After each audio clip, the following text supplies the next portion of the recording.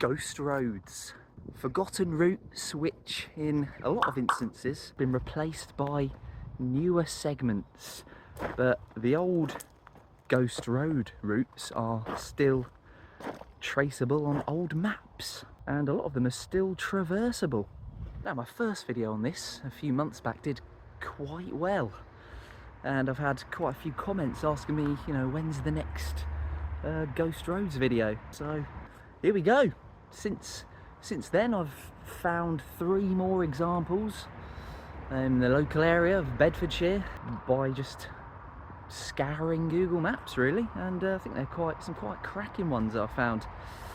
And you can even see that one of them has already begun here. I'm walking along a footpath, and you can see the white road markings still visible below me as I walk this what is now a footpath, but there's a better chunk of it just a bit further up here, so that's where I'm heading. I mean, we're already off to a brilliant start, because I actually didn't realise that this path, which takes me to the road, the stretch that I'm interested in, was actually part of the same road, which, you know, thus making it a ghost road in itself. So yeah, a little bonus one really for me and you lot. But let's get to this first main bit, this main talking point. So I'm on the outskirts of Marston Moretaine in Bedfordshire. Part of the original main road, which is highlighted here, is now an access point for Rock Villa, which you can see on this, labelled on this old map, and further on as part of a road that leads to Marston Wood End hamlet.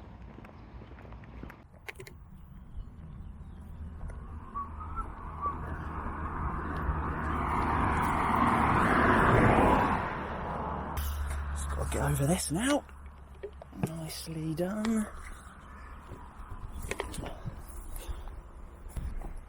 I've made it.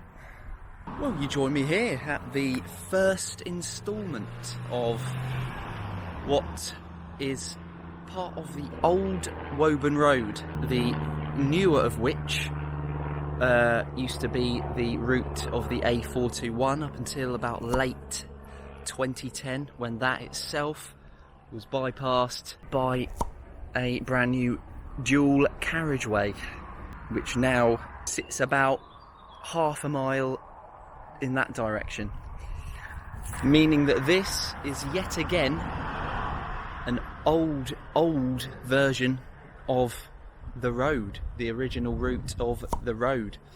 This very first bit is looking very overgrown, but hopefully we'll be able to walk the whole thing somehow. First thing of interest that I've noticed, I think, appears to be a bird box which has fallen off a tree at some stage in history. Now a caterpillar box, probably. Now then, you can't have a ghost road without finding a bottle, and this appears to be one, nestled in the dirt.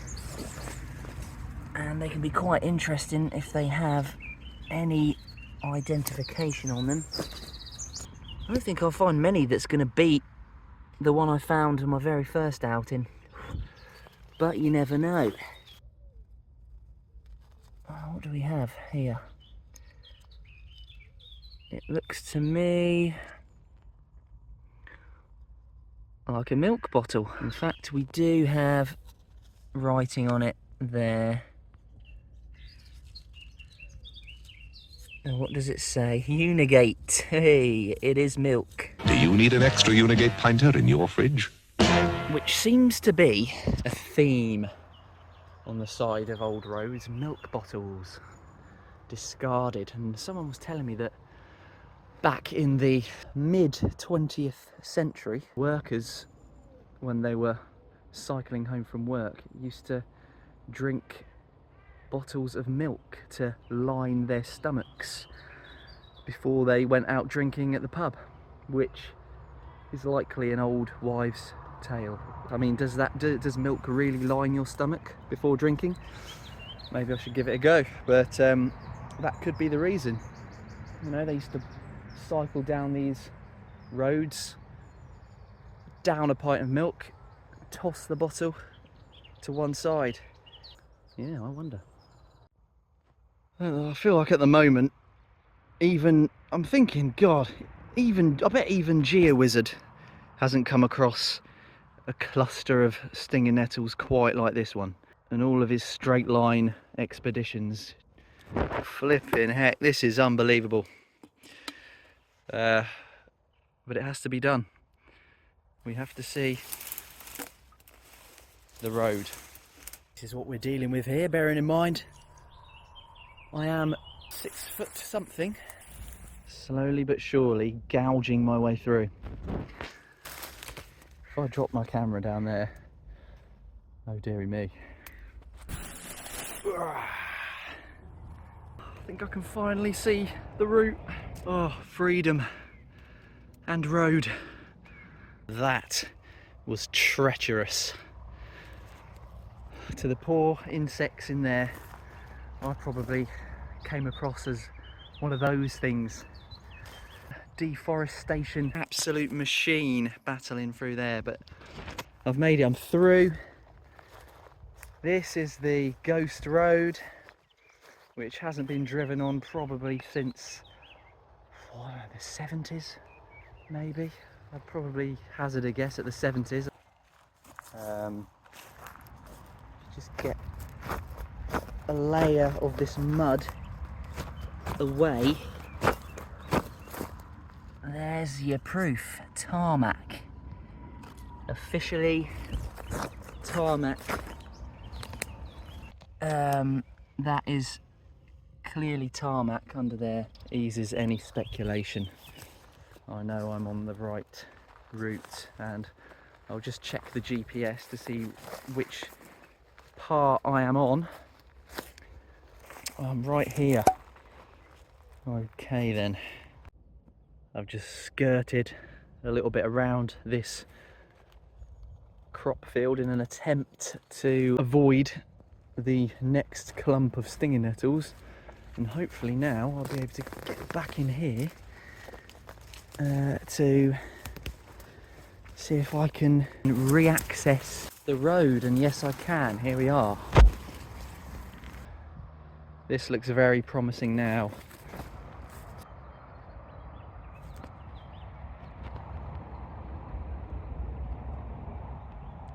I'll put something on the screen now to show the section I'm travelling on here. Highly overgrown, but you can still make the road out, and there in places there are very clear elements of tarmac which are still poking through. For instance, here is an unmistakable bit right there. Goes over a stream here. Part of the railing which still exists. Again, brambles just about preventing me from getting any closer.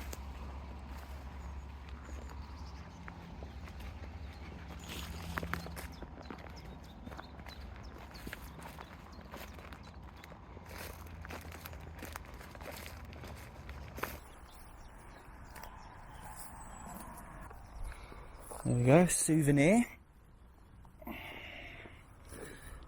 Nice bit of old school tarmac.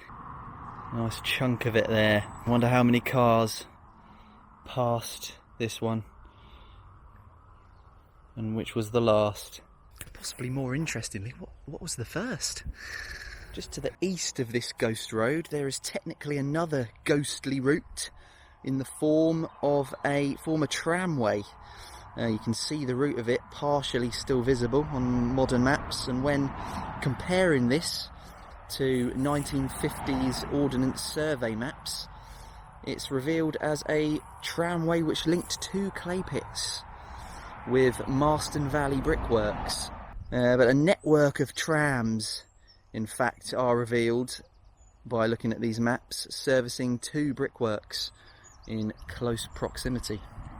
The other, so Marston Valley and Ridgemont Brickworks.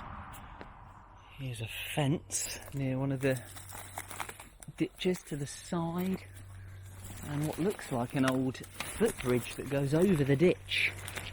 Doubt this is used very much anymore. I wonder if these are former railway sleepers. They look like they could be taken from either a nearby closed railway or the maybe the tramway that used to pass very close to here.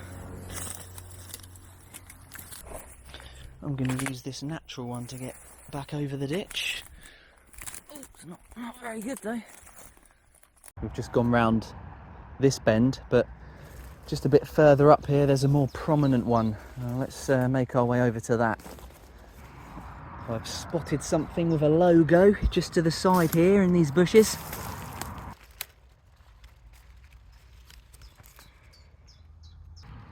Oh, what's this then? Hayward's. I think they make pickled onions, don't they? And pickled food in general.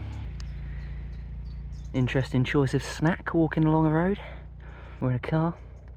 Oh, look at this, it's very open here. Oh, we're seeing some good preserved road. Look at this bit, the tarmac, which is cracked due to the roots of the trees forming underneath.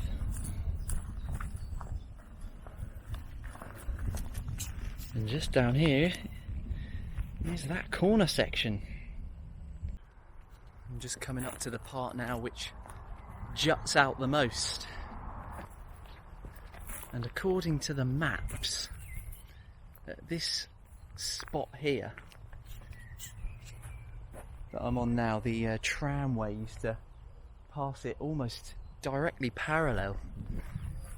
Probably just about here where I'm standing now, the clay tramway would have passed and gone down there towards the clay pits and brickworks, and here we have the roadside, completely abandoned, left in the hands of nature, in better condition than the first bit that I came across right down there. So you can see how this road was a lot windier than the new one which was built, and that seems to be a theme with all these forgotten abandoned stretches. They seem to have purposely built a straighter section to cater for the more modern cars and lorries as these roads were becoming busier.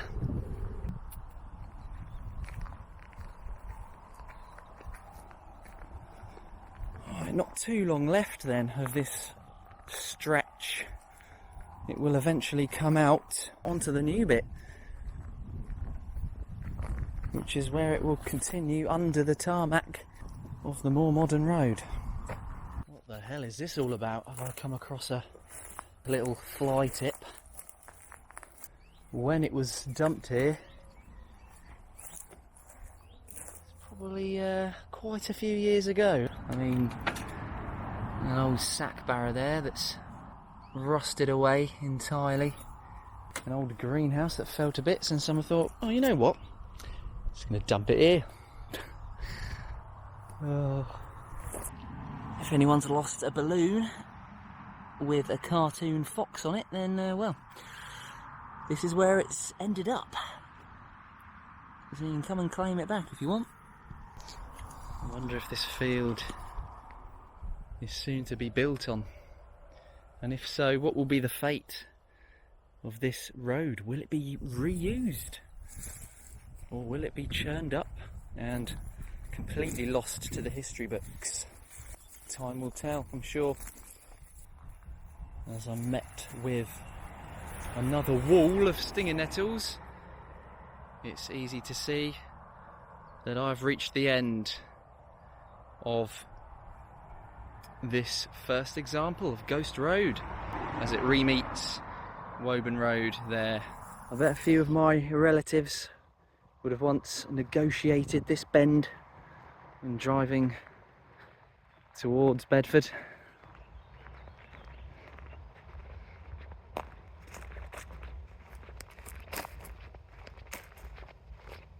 Right, back through the way I came then.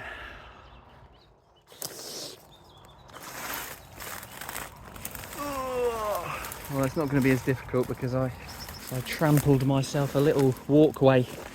Oh, this is easy peasy this time. Okay, there we go. First road done. Do you ever just go up to a tree and think, you know, who else has touched this tree? Can't be many people, can it? It must be in a bit of an exclusive club of the people that have touched this tree. There's probably actually more people that have weed up against it. But anyway, what was I doing? Oh yeah, Ghost Roads.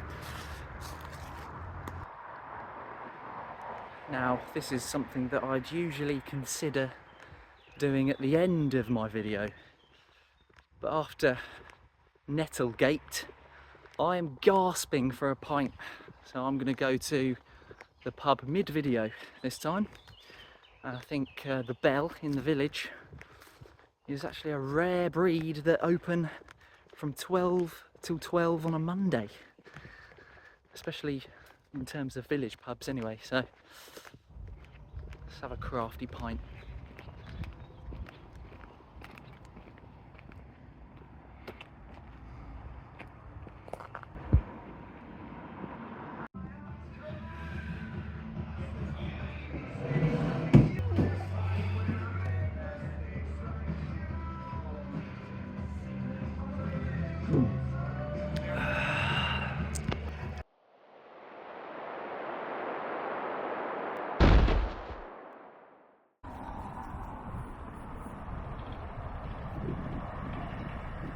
Now made my way up to the northeasterly corner of Bedfordshire to look at this quite interesting slither of road, and strictly speaking it begins here, although this part is still partially used by residents of a couple of properties that are on it just down there, but the main attraction is a bit further on up here. It's just outside the village of Roxton and fairly close to the famous Black Cat roundabout. I believe the road itself was actually part of Roxton Road. It's a bit that still existed in 1999 when this aerial shot was taken, but in 2004 it was sliced in half by the construction of the Great Barford Bypass, and a new branch of Roxton Road was built with a bridge passing over a bit more to the east. Now this one could be a bit of a failure because it seems that since the aerial views on Google Maps were last updated, looks like the former road is being used as access for workers building the new slip roads and whatnot for the Black Cat roundabout. Yeah, see, this was going to be my way in, but look, the footway closed. Oh dear. Let's see what it says on here. To any persons having an interest in the land described. Yeah, I was right. The A428 Black Cat to Caxton development are using it at the moment to make the improvements, and therefore I have little to no access to this road. You may see there it says compulsory acquisition, and that brings me on nicely to a topic I was planning on talking about. I might as well talk about it now. Cool. Great bit of security there. You wouldn't want to be falling arse over tit on that, would you? Ooh. Now for something quite interesting and sad that's happened in this area very recently. A house labelled on the 19th century maps as Brook House is an 18th century Grade 2 listed house which was compulsory purchased from its owners in August of 2023, who were forced to vacate the property due to it being in the way of the improvements that they're currently carrying out at the Black Cat roundabout, with a new junction and slip roads currently being constructed. Residents were apparently reassured that the house would be carefully dismantled and relocated to a different spot, as it's a listed building and all that. Alas, less than a year after, I've heard that the said purchaser has apparently stated that the house is beyond repair and it needs to be demolished immediately. And this apparently did start immediately on the 17th of June. And right now it's about 3 weeks later and the house is just a few hundred yards in front of me. Well, was, because I was just coming to see whether it has indeed been demolished, and it looks like it has been. Well, it's now 3 weeks after that date, and I think that is where Brook House once stood. The 18th century thatched cottage is no more. It's the Great North Road there, the A1, the very first England to Scotland highway, the most famous road in England. All that history gone just to put another lane in. There won't be any cars in 50 years anyway. Well, also to bite the dust were a travel lodge with a shell garage and a former little chef. Remember those? The A1.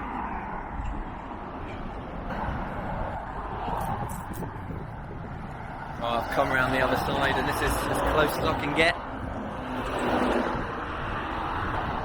Yeah, it's gone. All for the sake of some tarmac.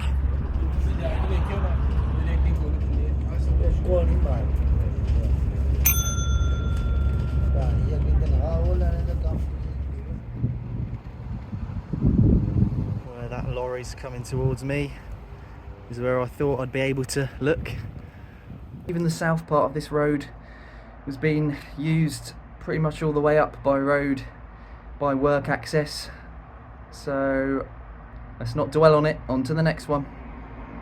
Just in this bus stop, I'd hazard a guess and say it was built in the 50s. A sister version to the one over the road. I've noticed they messed up a little bit because they didn't continue the pattern. Got rustic, no rustic, rustic, no rustic, rustic, no rustic, rustic, and then the pattern ends. Whereas on this side, it's done correctly, all the way down. One of those pointless little annoyances that I just thinking about there. Anyway, oh, actually no. I messed up on one of the bricks on this side.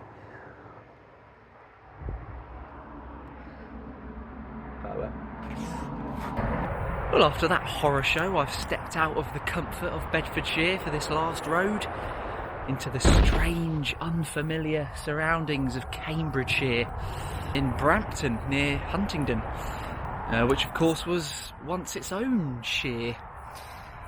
And not to enjoy the River Great Ouse on top form at Brampton Lock, or enjoy a pint of premium ale at the Black Bull. Oh no, forget all that. I've come to enjoy a 300 metre long stretch of tarmac. Look at this beauty. Here we are. Well, it's already proving to be a corker. Look what we've got here. A cat's eye. But not just the metal part this time. We've got the innards as well. I don't know what material that is, but yeah.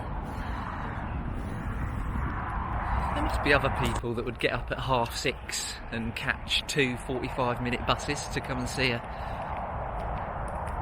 stretch of tarmac, isn't there? Yeah. Can't be the only one. Right, what's going on here then? There's a big log in the road. A big bastard log. How and why did you just end up here then? This pothole needs sorting out, I think.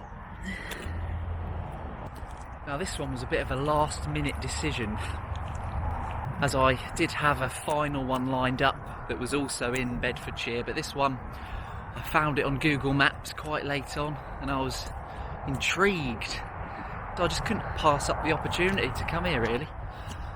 There's quite a lot of ghostly activity in fact in this region, as there are multiple routes which are no longer used, but the remains can still be seen amongst the mishmash of modern roundabouts and slip roads.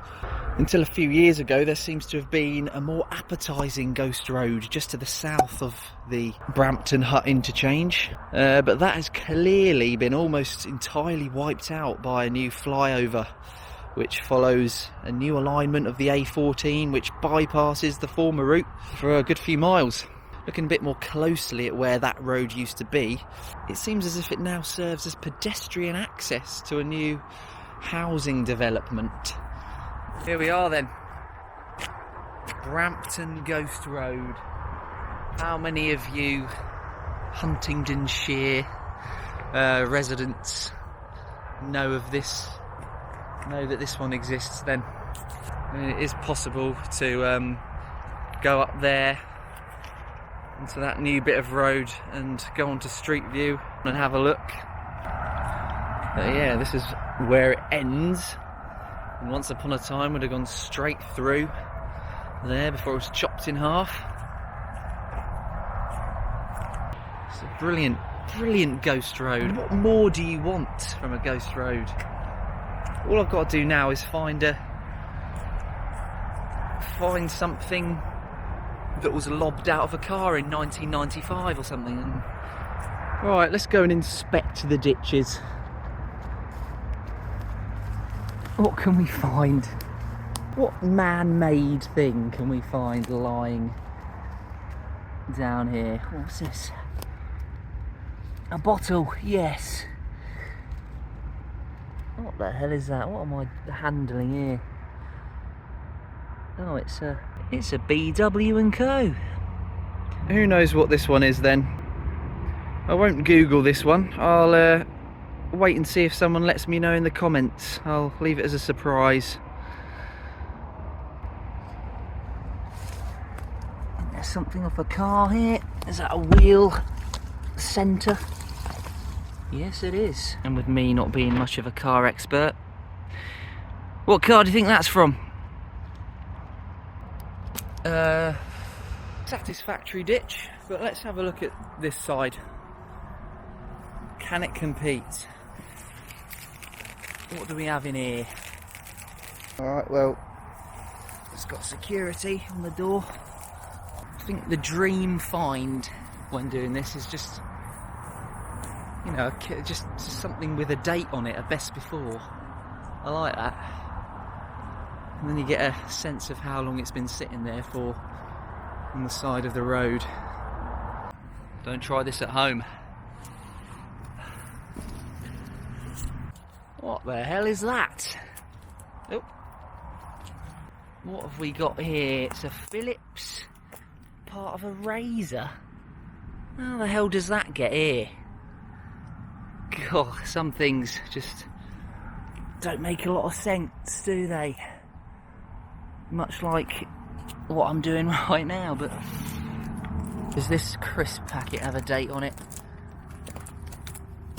Oh, that looks like an old one. Salt and vinegar. Tesco, flipping heck, look at the logo of that Tesco. I mean, crisp packet, sorry, dry roasted peanuts. Those are best before. Oh, best before end. Does it say see back? Or is that where it'd be? But yeah, when did that Tesco logo go out of fashion? I'll try and look into that. You would have last seen this Tesco logo knocking around. And after all these years, you can still decipher it. Probably for another 20 or 30 years as well. Hey! Oh, come on, should we finally put it in the bin? Or shall I frame it?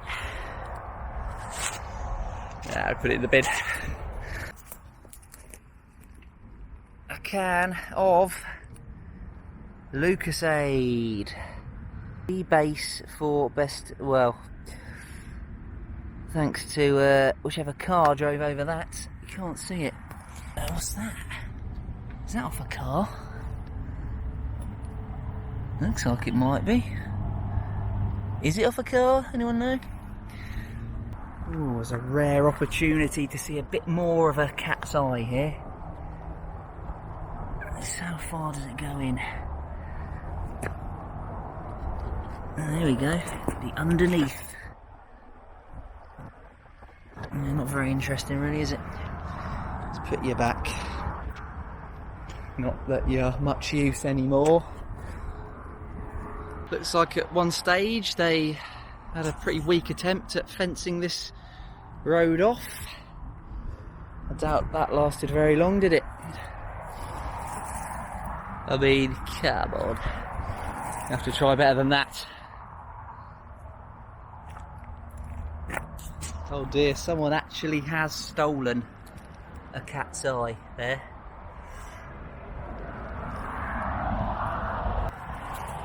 And I've walked the length of this one. That's another one ticked off. And there's blackberries in July. Let's review one. I mean, they're not in the greatest of shape, but there must be one worth tasting. What about this one? You try this one. Ooh, it's going to be a bit sour, I think, but let's give it a go.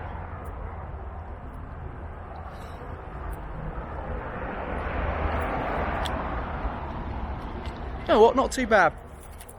A week or so more, and that would have been nigh on perfect.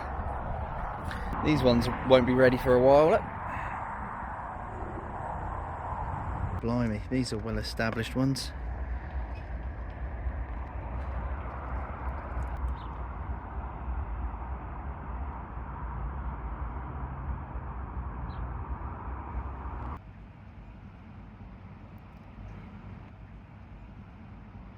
Well, I know I said I wasn't sampling the ales or the Black Bull, but why not? Cheers.